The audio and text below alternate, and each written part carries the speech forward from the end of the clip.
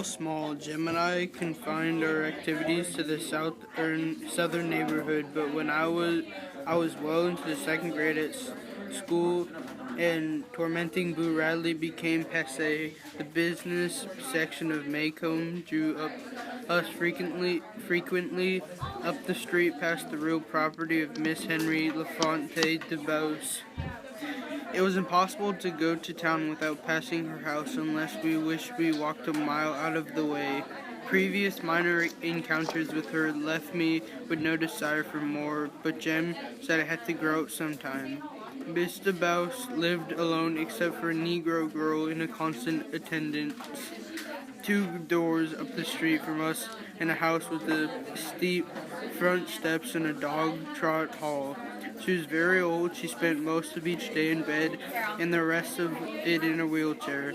It rumored that she kept a CSA pistol concealed among her numerous shawls and wraps. Jem and I hated her. If she was on the porch when we passed, we would be raked by her wrathful gaze, subjected to ruthless interrogation regarding our behavior, and given a melancholy prediction on what we would amount to when we grew up, which was always nothing. We had long ago given up the idea of walking past her house on the opposite side of the street. That only made her raise her voice and let the whole neighborhood in on it. We could do nothing to please her. If I said as suddenly as I could, "Hey, Miss de Beauce," I would receive from her an answer, "Don't you say hey to me, you ugly girl. You say good afternoon, Miss de Beauce." She was vicious. When she heard Jem refer to us as our father as Atticus, and her reaction was apoplectic. Besides being the sassy's most disrespectful mutts who ever passed her way, we were told that, in a way, a pity our father had not remarried after our mother's death. A lovelier lady than our mother never lived, she said, and it was heartbreaking the way Atticus Finch let her children run wild. I did not remember our mother, but Jem did. He would tell me about her sometimes, and he went livid when Miss de Beauce shot us this message. Jem, having survived Boo Radley, a mad dog, and other terrors, had concluded that it was cowardly to stop at Miss Rachel's front steps and wait, and decreed that we must run as far as the post office corner each evening to meet Atticus coming from work. Countless evenings, Atticus would find Jem furious at something Mr. Beauce had said when we went by. "Easy does it, son," Atticus would say. "She's an old lady and she's ill. You just have to hold your head high and be a gentleman. Whatever she says to you, it's your job not to let her make you mad." Jem would say she must not be very sick. She hollered so. When the 3 of us came to her house, Atticus would sweep off his hat, wave gallantly to her, and say, "Good evening, Miss de Beauce. You look like a picture this evening." I never heard Atticus say like a picture of what. He would tell her the courthouse news and would say he hoped with all his heart she'd have a good day tomorrow. He would return his hat to his head, swing me his shoulders in every presence, and would go home in the twilight. It was times like this when I thought my father, who hated guns and had never been to any wars, was the bravest man who ever lived. The day after Jem's 12th birthday, his money was burning up his pockets, so we headed from town in the early afternoon. Jem thought he had enough to buy a miniature steam engine for himself and a twirling baton for me.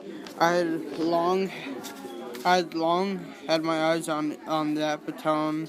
It was a VJ Elmore's, and it was bedecked with sequins and tinsel. It cost 17 cents.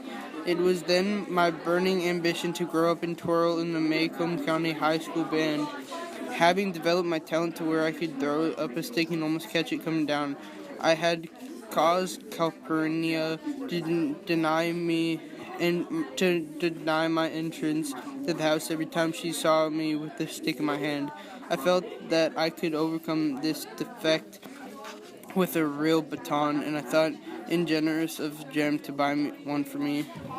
Mr. Bose was stationed on her porch when we went by. "Where are you two going at this time of day?" she shouted. "Playing hooky?" "I suppose I'll just call up the principal and tell him." She put her hands on the wheel of her chair and executed a perfect right face. "Oh, it's Saturday, Mr. Bose," said Jim. "Makes no difference if it's Saturday," she said obscurely. "I wonder if your father knows where you are." "Mr. Bose, we've been going to town by ourselves since we were this high." Jim placed his hand palm down about 2 feet above the sidewalk. "Don't you lie to me," she yelled. "Jeremy Finch, Maudie Atkinson told me you broke down her Scuppernong arbor this morning. She's going to tell your father, and then she'll wish you never saw the light of day. If you aren't sent to the reform school before next week, my name's not the Bose." Jem, who hadn't been near Miss Maudie's Scuppernong arbor since last summer, and who knew Miss Maudie wouldn't tell Atticus if he had, issued a general denial. "Don't you contradict me," Mrs. DeBose bawled. "And you," she pointed an arthritic finger at me, "what are you doing in those overalls? You should be in a dress and a camisole, young lady. You'll grow up to be waiting on tables if somebody doesn't change your ways. A Finch, waiting on tables at the OK Cafe? Ha!" I was terrified. The OK Cafe was a dim organization on the north side of the square. I grabbed Jem's hand and he shook me loose. "Come on, Scout," he whispered. "Don't pay any attention to her. Just hold your head high and be a gentleman." But Mrs. DeBose held us. Not only a Finch waiting on tables, but one in the courthouse lawing for niggers. Jem stiffened. Mrs. DeBose's shot had gone home, and she knew it. Yes, indeed. What has this world come to when a Finch goes against his raising, I'll tell you. She put her hand to her mouth, and when she drew it away, it trailed a long silver thread of saliva. "Your father's no better than the niggers and trash he works for." Jem was scarlet. I pulled at his sleeve, and we were following up on the sidewalk with a philippic on our family's moral degeneration, the major premise of which was that half of the Finches were in asylum anyways, but if our mother was living, we would not have come to such a state.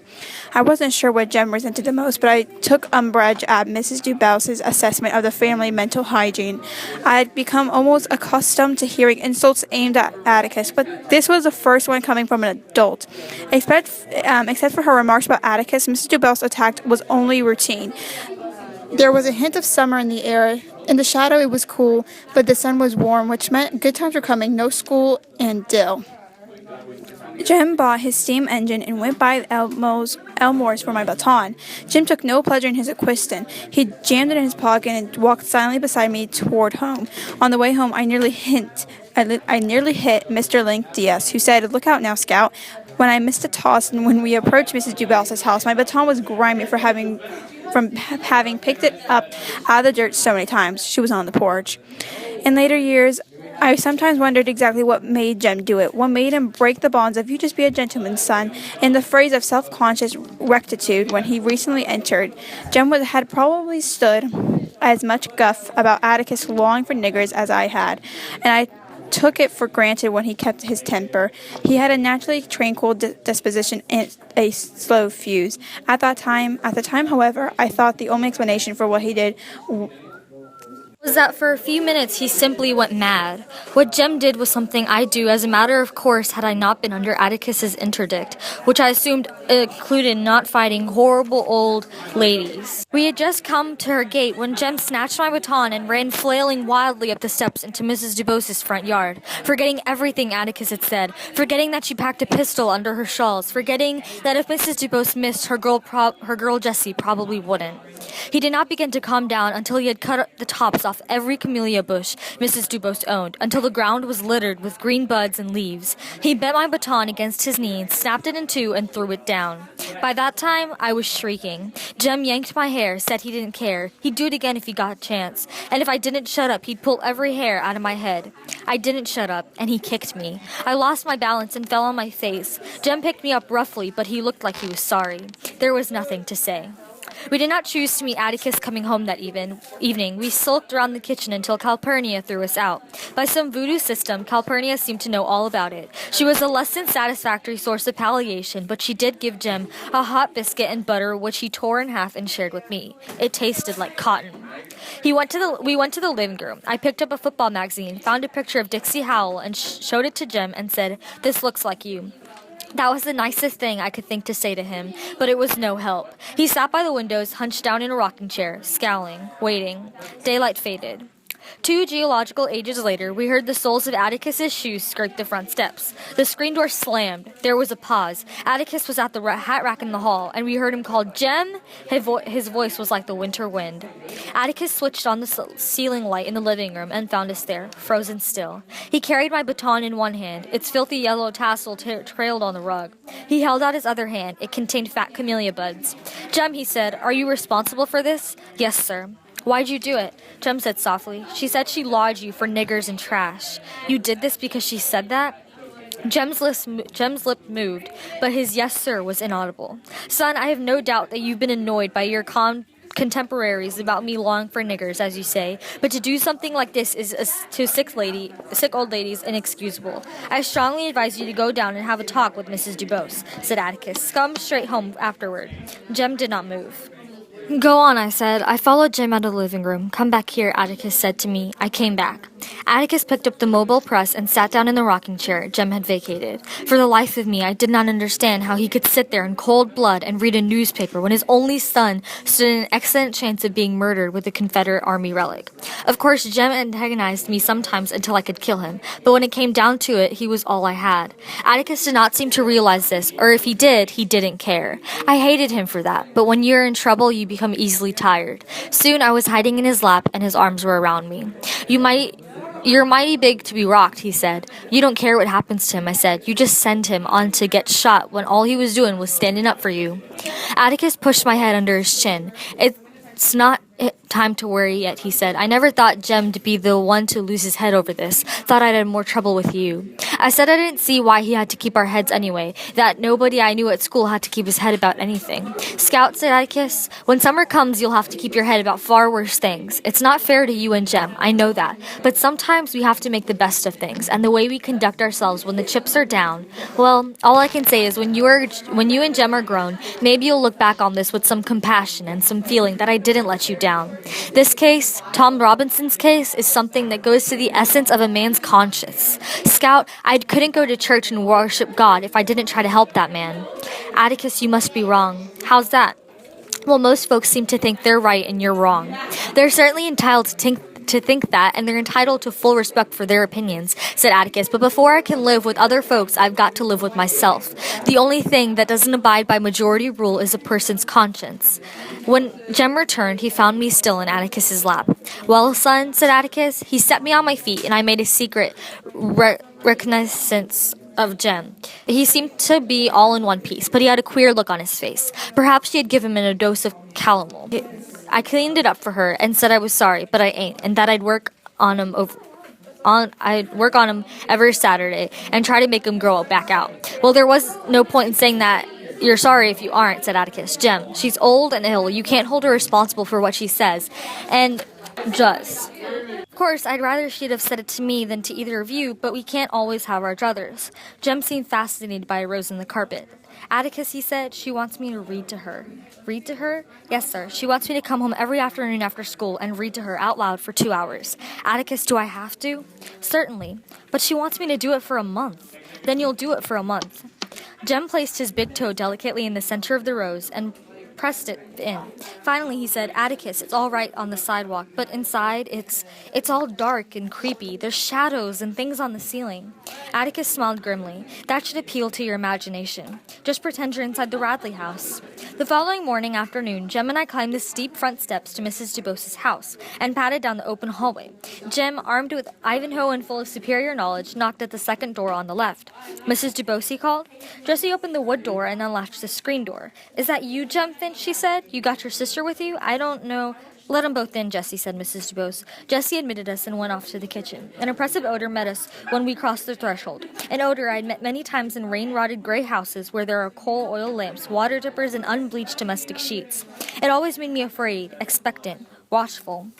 In the corner of the room was a brass bed, and in the bed was Mrs. DuBose. I wondered if Jem's activities had put her there, and for a moment I felt sorry for her. She was lying under a pile of quilts and looked almost friendly. There was a marble-topped washstand by her bed. On it were a glass with a teaspoon in it, a red ear syringe, a box of absorbent cotton, and a steel alarm clock standing on its 3 tiny legs. "So you brought that dirty little sister of yours, did you?" was her greeting. Jem said quietly, "My sister ain't dirty, and I ain't scared of you," although I noticed his knees shaking. I was expecting a tirade, but all she said was, "You may commence reading, Jeremy." Jem sat down in a cane-bottomed chair and opened Ivanhoe. I pulled up another one and sat beside him.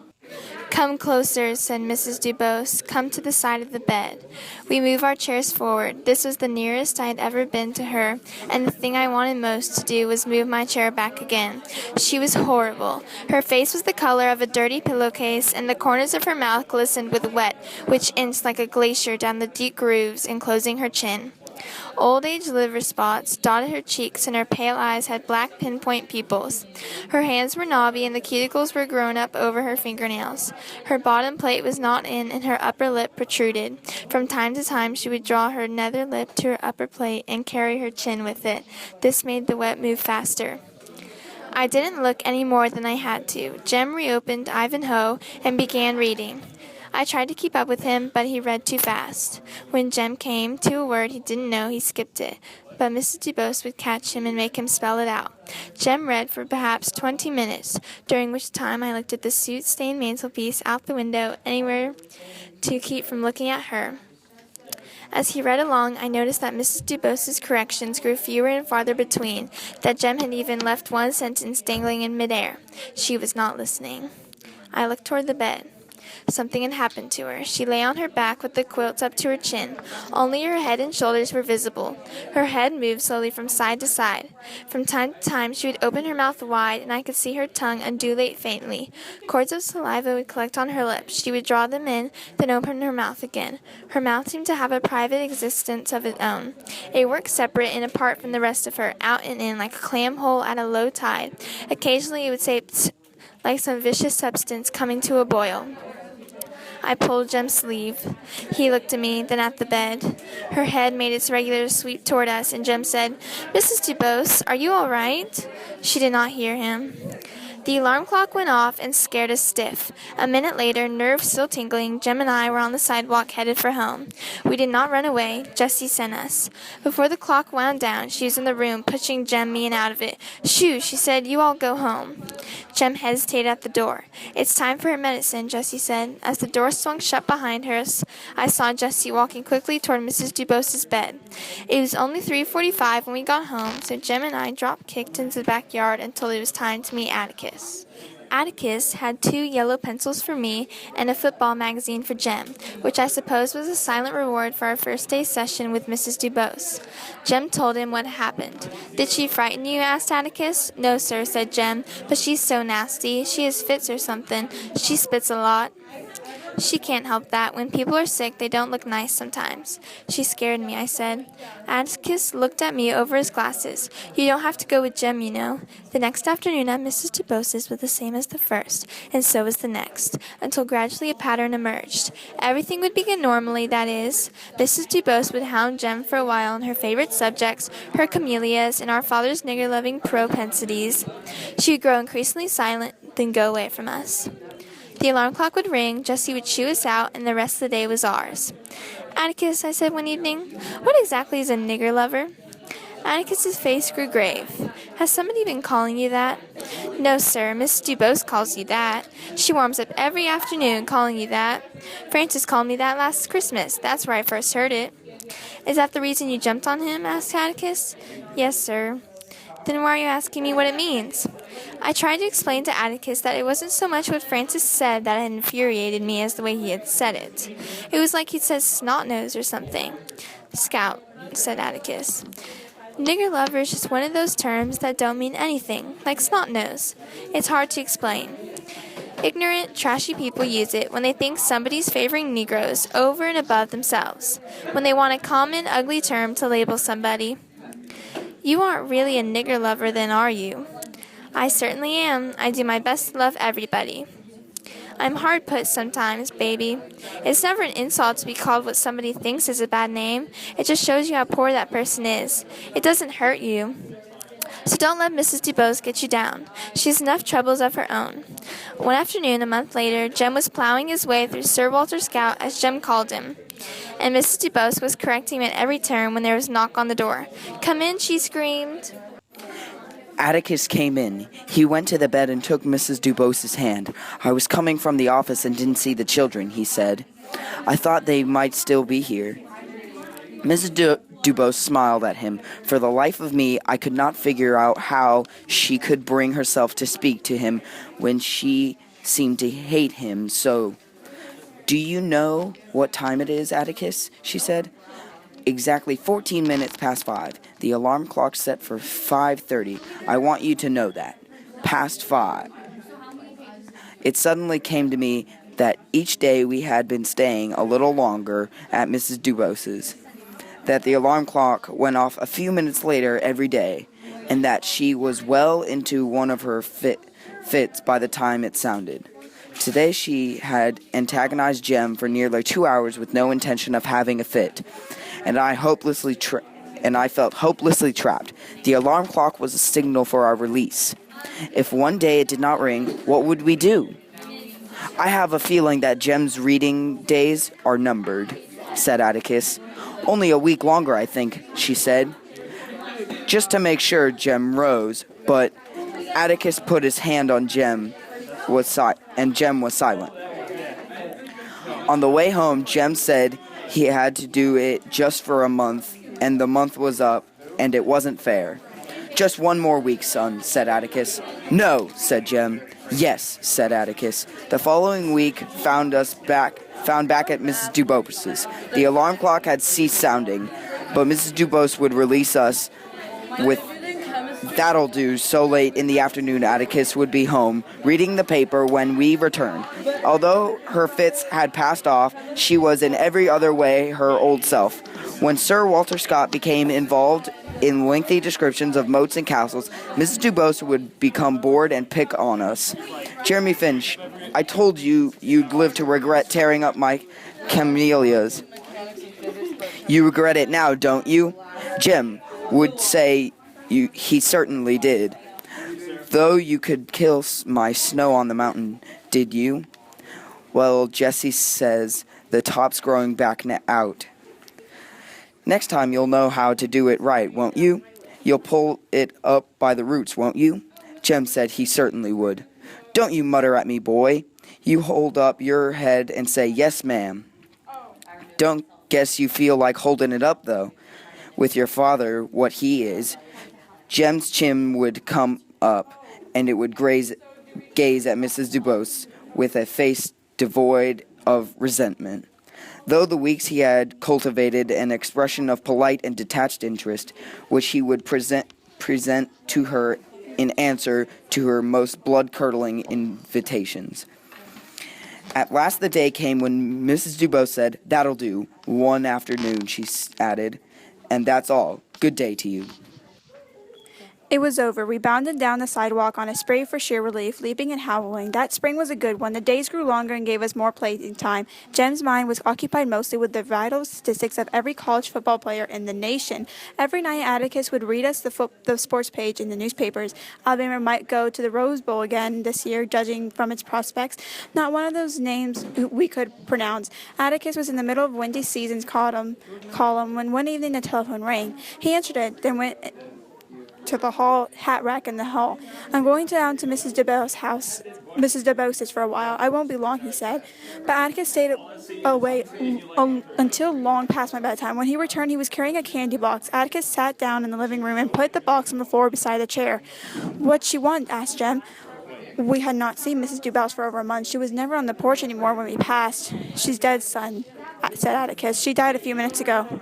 Oh, said Jem. Well is right, said Atticus. She's not suffering anymore. She was sick for a long time, son. I didn't know you never fits were.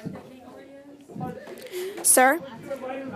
Jem shook his head. Mrs. DeBouse was a morphine addict, said Atticus. She took it as a painkiller for years. The doctor put her on it. She'd have spent the rest of her life on it and died without so much agony. She was too contrary, sir, said Jem.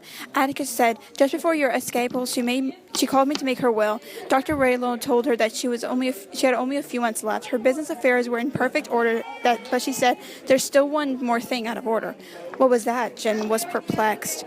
She said that she was going to leave this world beholden to nothing and nobody. Jem, when you're as sick as she was, it's all right to take anything to make it easier. But it wasn't all right for her. She said she meant to break herself of it, or she died, and that's what she did. Yes, that's... Jem said, what do you mean what you mean that's what her fits were? Yes, that's what they were. Most of the time we were reading to her, and I doubt if she heard a word you said. Her whole mind and body was contracted on the alarm clock. If you hadn't fallen in our hands, I made you go read to her anyways. It may have been some distraction. There's another reason. Did she die free? Asked Jem. As the mountaineer, said Atticus, she was conscious to the last, almost conscious. She smiled and cantankerous. She just approved healthily of my harder doings, and said I'd probably spend the rest of my life bailing out of jail. She had Jessie fix you his box. Atticus reached down and picked up the candy box. He handed it to Jem. Jem opened the box. Inside, surrounded by wads of damp cotton, was a white, waxy, perfect camellia. It was a snow on the mountain. Jem's eyes nearly popped out of his head. Old hell devil, he screamed, flinging it down. Why can't she leave me alone? In a flash, Atticus was up and standing over him. Jem buried his face in Atticus's shirt front. She said, I think it was her way of telling you, everything's all right now, Jem. Everything's all right. You know she was a great lady. A lady? Jem raised his head. His face was scarlet. After all those things she said about you, a lady? She was. She had her own views about things, a lot different than mine, maybe, son. I told you that if you hadn't lost your head, I'd have made you go reach her. I wanted you to see something about her. I wanted you to see what real courage is. Instead of getting the idea that courage is a man with a gun in his hand. It's when you know your luck before you begin, but you begin anyway. You see through it no matter what. You rarely win, but sometimes you do. Mrs. Dubose won, all 98 pounds of her. According to her view, she died beholden to nothing and nobody. She was the bravest person I ever knew. Jem picked up the candy box and threw it in the fire. He picked up the camellia, and when I went off to bed, I saw him fingering the wide petals. Atticus was reading the paper.